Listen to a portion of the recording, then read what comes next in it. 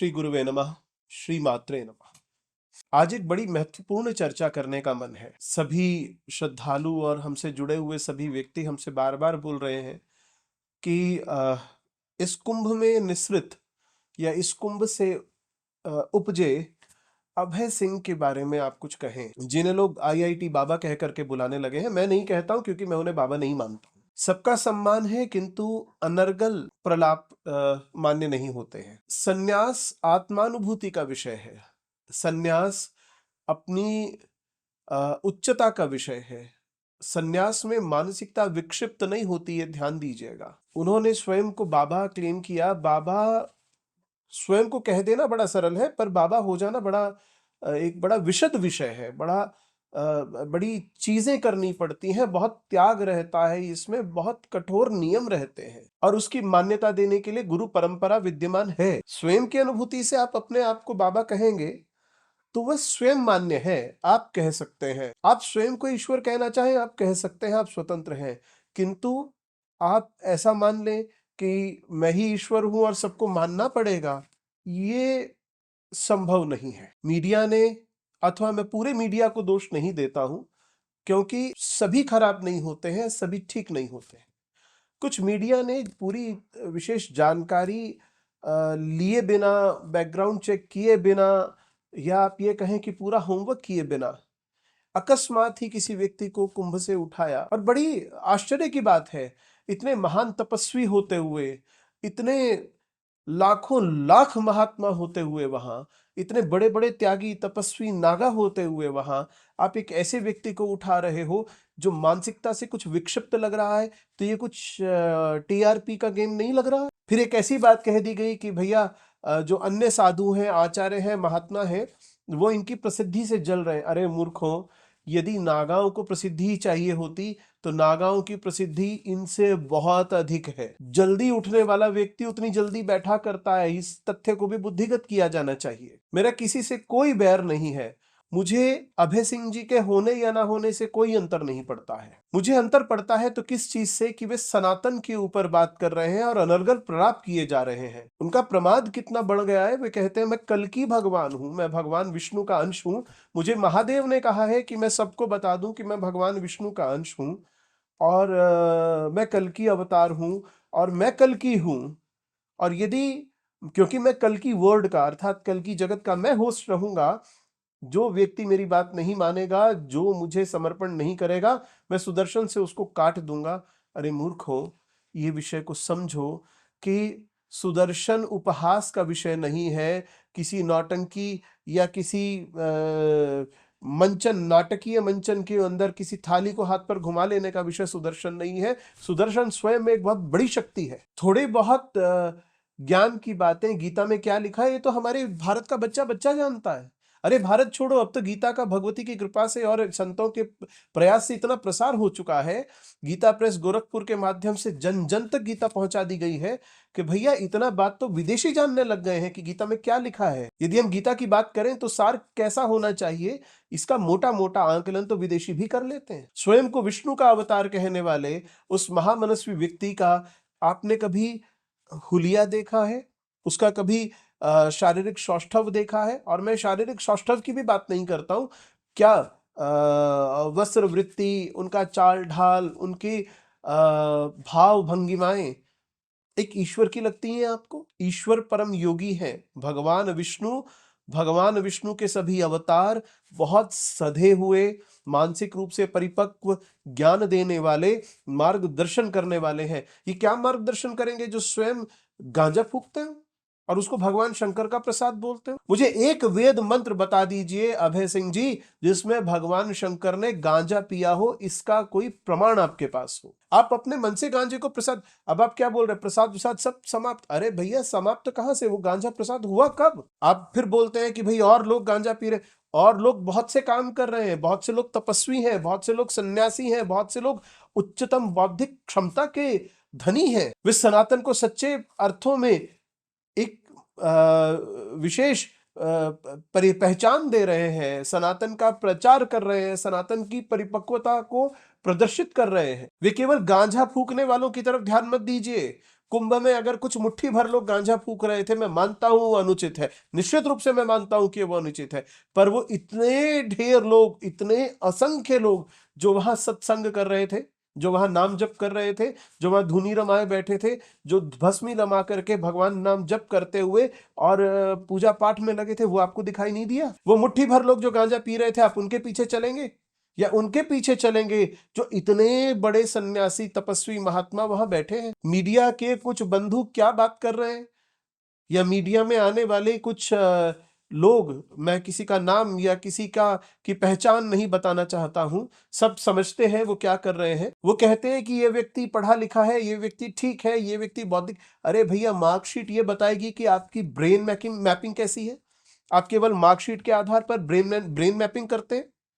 कभी कोई ऐसा व्यक्ति नहीं हुआ जो अच्छी उच्च शिक्षा लेने के बाद मनोरोगी हो गया हो? क्या आप मनोरोग विशेषज्ञ हैं? और क्या उस पत्रकार से मैं पूछना चाहता हूं जो उनका बड़ा महिमा मंडन कर रहे हैं, उन पत्रकारों से मुझे प्रश्न करना है, क्या वे धर्म के पूर्ण जानकार हैं? आधा अधूरा ज्ञान भैया सब चीजें समाप्त करता है और उनको बर्बाद करता है, उनको नष्ट करता है, उनको भ्रष्ट करता है। उनको सहेजता नहीं है। आचार्यों का, साधुओं का, सन्यासियों का, गुरुओं का, विचारकों का, मनीषियों का ये कार्य है कि वे अच्छा ही समाज के आगे रखें।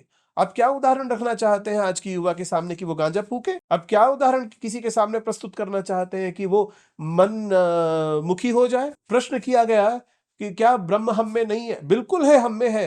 वो कहते हैं शिवो हमको क्या कहेंगे? तो केवल आप ही शिव हैं। मुझ में बैठा परमात्मा, उस चींटी में बैठा परमात्मा, उस पक्षी में बैठा परमात्मा, उस सांप में बैठा परमात्मा, मछली में बैठा परमात्मा, वो कोई भी मायने नहीं रखता है आपके लिए। केवल आप ही में ब्रह्म है। यदि वेद की उक्ति है अहम ब्रह्मास्मि, हाँ ठीक है, अहम अहम तो सब में बैठा है। भैया ध्यान रखिए, अहम और वहम इनका त्याग कर देना चाहिए, क्योंकि यदि अहम रहेगा और वहम रहेगा, क्योंकि ये दोनों ही भाई हैं, जिसको अहम होता है उसी को वहम होता है, और वहम अपने आप में एक अहम है। तो भैया अहम और वहम का साथ छोड़ दीजिए। किस परंपरा में दीक्षित हैं आप? किस व्यवस्था में दीक्षित हैं आप? कौन सी साधना आपने की है? कौन से मंत्र जप आपने किए हैं? कौन से योग युक्ति आपने लगाई है कि आपको धर्म का ज्ञान हो गया? अब आप बात करते हैं, कभी तो आप ये कहते हैं कि भैया मैं तो शिव हूं ना, मैं तो विष्णु हूं ना, मैं तो कल्कि हूं ना, मैं तो भगवान हूं ना, तो मैं सब कुछ कर सकता हूं।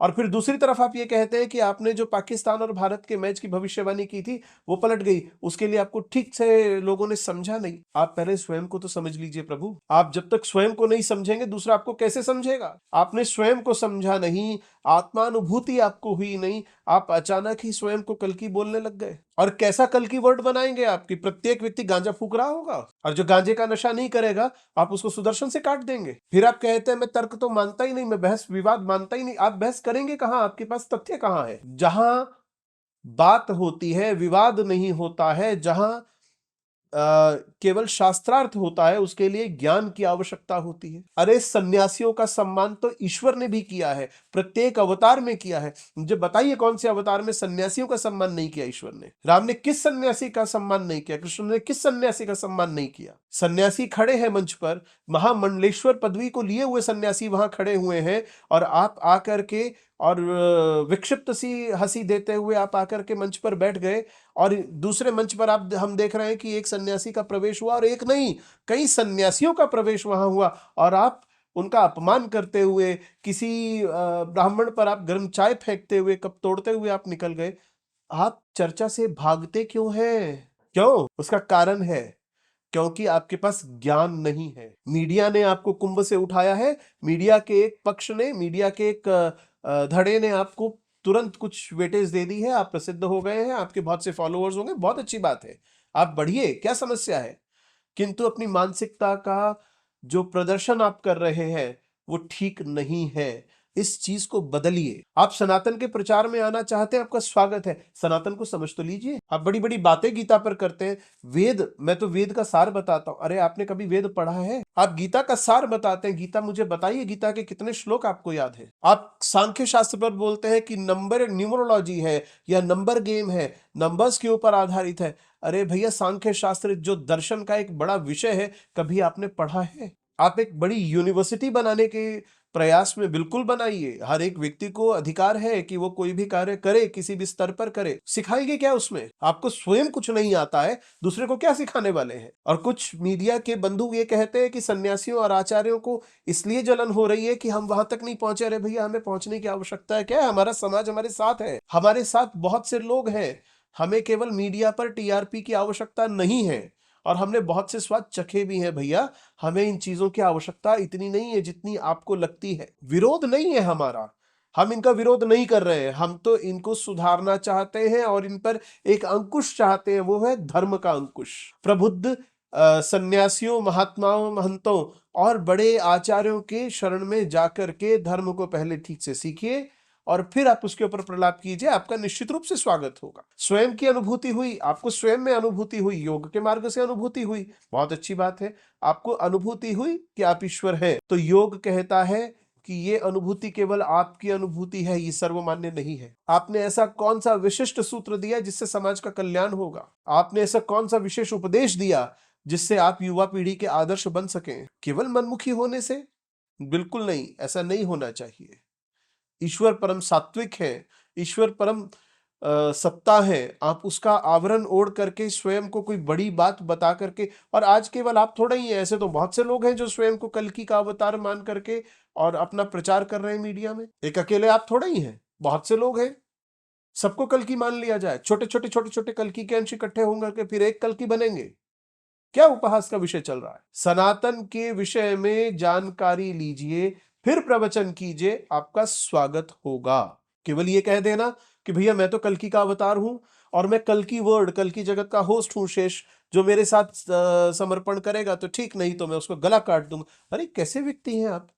आपकी मानसिकता तो यहीं से ही उजागर हो जाती है। मैं अर्णव गोस्वामी जी से भी सहमत हूं। अर्णव जी का एक डिबेट शो देख रहा था मैं, जिसमें उन्होंने कहा कि मीडिया ने सस्ती टीआरपी के लिए श्रम करने को छोड़कर किसी व्यक्ति को ऐसे ही उठा लिया कि भैया टीआरपी मिल जाएगी। बिल्कुल ठीक कह रहे हैं आप। बड़ा कर्तव्य है मीडिया का। मीडिया हमारे सामाजिक ढांचे की, सामाजिक संरचना की एक बहुत बड़ी आधारशिला है। पत्रकारिता एक बहुत बड़ा स्तंभ है हमारा। उसकी गुणवत्ता कहीं खो गई है, उसकी गुणवत्ता हमें वापस लानी होगी। उच्च गुणवत्ता की जो पत्रकारिता है वह चुन करके लेकर आती है कुछ अच्छी चीजें। ऐसे ही किसी को अपनी प्रसिद्धि के लिए, ऐसे ही टीआरपी के लिए किसी को भी आगे नहीं बढ़ा देती है। हम सोचें, हम देखें, हम समाज को क्या परोस रहे हैं और क्या हम जिससे प्रश्न कर रहे हैं उस व्यक्ति से प्रश्न करने का अधिकार हमें है, उतना ज्ञान हमें है। और बड़ा आश्चर्य है कि एक पत्रकार बंधु तो सन्यासियों को बोलने ही नहीं देते हैं। अब तो ये एक ऐसा विषय बनता जा रहा है कि जैसे एक रील वाली जो हमारी युवा पीढ़ी है और एक जो नशे वाली युवा पीढ़ी है वो, और एक तरफ सनातन के पुरोधा खड़े हैं। एक तरफ मीडिया का वो पक्ष है जो सस्ती टीआरपी चाहता है, जो पत्रकारिता को धत्ता बता देता है, जो अपने कर्तव्य से दूर हट जाता है, और दूसरा पक्ष वो जो पूर्ण पत्रकारिता में अपनी आत्मा से लगा हुआ है। निर्णय आपको करना है। किसी नशे के दबाव में, नशे के प्रभाव में आए हुए व्यक्ति के प्रमाद को, प्रलाप को आप वेद का ज्ञान नहीं मान सकते हैं, क्षमा कीजिए। और यदि वो कहते हैं भगवान शिव गांजा फूकते थे, भगवान शिव भांग पीते थे, तो मेरा चैलेंज है अभय सिंह को कि मुझे ऐसे 5 वेद मंत्र निकाल करके बता दें जिसमें भगवान चिलम फूकते थे, इस चीज का वर्णन है। भागने से बात नहीं होगी, बात करनी होगी आपको। अतः समाज के सभी लोगों, सभी वर्गों से, सभी आयु वर्ग के प्रबुद्ध जनों से मेरा आग्रह है, मेरा विनम्र निवेदन है कि भैया नशा एक बहुत बड़ी बुराई है। मनोरोग बहुत तेजी से फैल रहे हैं, हमें इन पर काबू पाना है, हमें इन पर पार पाना है, इन्हें दबाना है। हमें सनातन का उपहास नहीं उड़ने देना है। आप सब संयुक्त रूप से पुरोधा आचार्यों के पास, सनातन के जानकार बड़े साधुओं के पास, महामनस्वियों के पास, जिनके बड़े बड़े गुरुकुल चल रहे हैं, जिनकी बड़ी शोध चल रही है ग्रंथों पर, उनके पास जाकर के धर्म को, सनातन को ठीक ठीक सीखें। ऐसे ही आने वाले किसी तथाकथित ईश्वर या तथाकथित बाबा के पास न जाएं।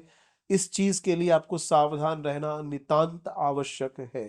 और ये हमारी युवा पीढ़ी के लिए भी बड़ा भारी विषय है, और ये हमारी युवा पीढ़ी के लिए एक बड़ा भारी चैलेंज है कि आप इस प्रकार की चीजों से कैसे पार निकलते हैं। हमें टीआरपी नहीं चाहिए, घबराइए मत, हमें जलन भी नहीं है, इस चीज का भी विचार निकाल दीजिए। और हम ये भी नहीं चाहते कि अभय सिंह का नाम लेकर के हमारी वीडियोस पर लाखों लाइक आ जाए और आप हमारे अनुयायी हो जाएं, किंतु आपको सजग करना हमारा कर्तव्य है, सो हमने कर दिया। श्री मात्रे नमः।